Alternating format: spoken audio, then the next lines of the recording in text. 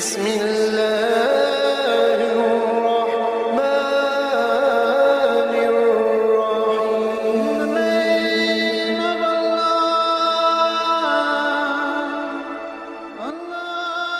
الرحيم. بسم اللہ الرحمن الرحیم. شروع اللہ کے نام سے جو بڑا مہربان اور نہایت رحم والا ہے. ایران کا مشہور سپہ سالار ہر رمضان جب قیدی بنا تو حضرت عمر فاروق رضی اللہ تعالیٰ عنہ کے پاس لایا گیا. عمر فاروق رضی اللہ تعالیٰ عنہ نے اسے اسلام قبول کرنے کی دعوت دی، جسے سپہ سالار نے ٹھکرا دیا. تو حضرت عمر فاروق رضی اللہ تعالیٰ عنہ نے اسے قتل کرنے کا حکم دیا، کیونکہ اس نے اسلام کو بہت نقصان پہنچایا تھا.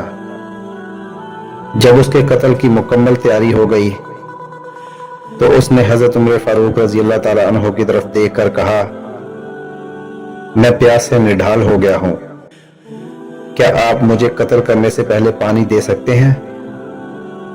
حکم ہوا کہ اسے پانی پلایا جائے.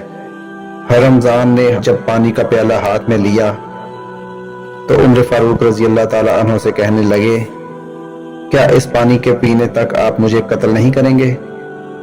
عمر فاروق رضی اللہ تعالیٰ عنہ نے فرمایا، جب تک تم پانی نہیں پیو گے تمہیں قتل نہیں کیا جائے گا.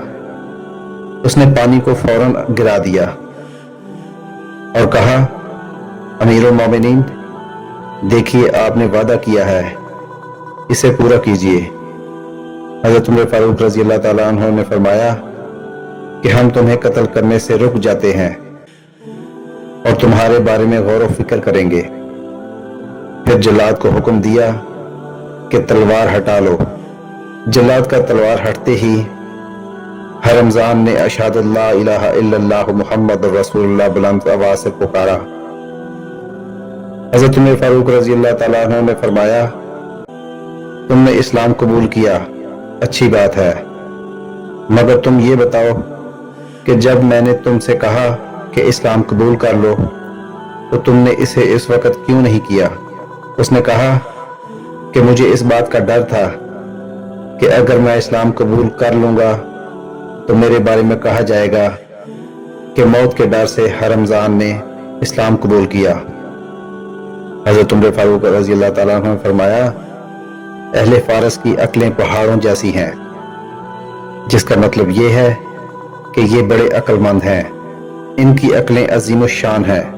سبحان اللہ. دوستو، اگر آج کی ویڈیو اچھی لگی ہو تو چینل کو سبسکرائب ضرور کریں، ویڈیو کو لائک کریں اور دوستوں کے ساتھ بھی شیئر کریں.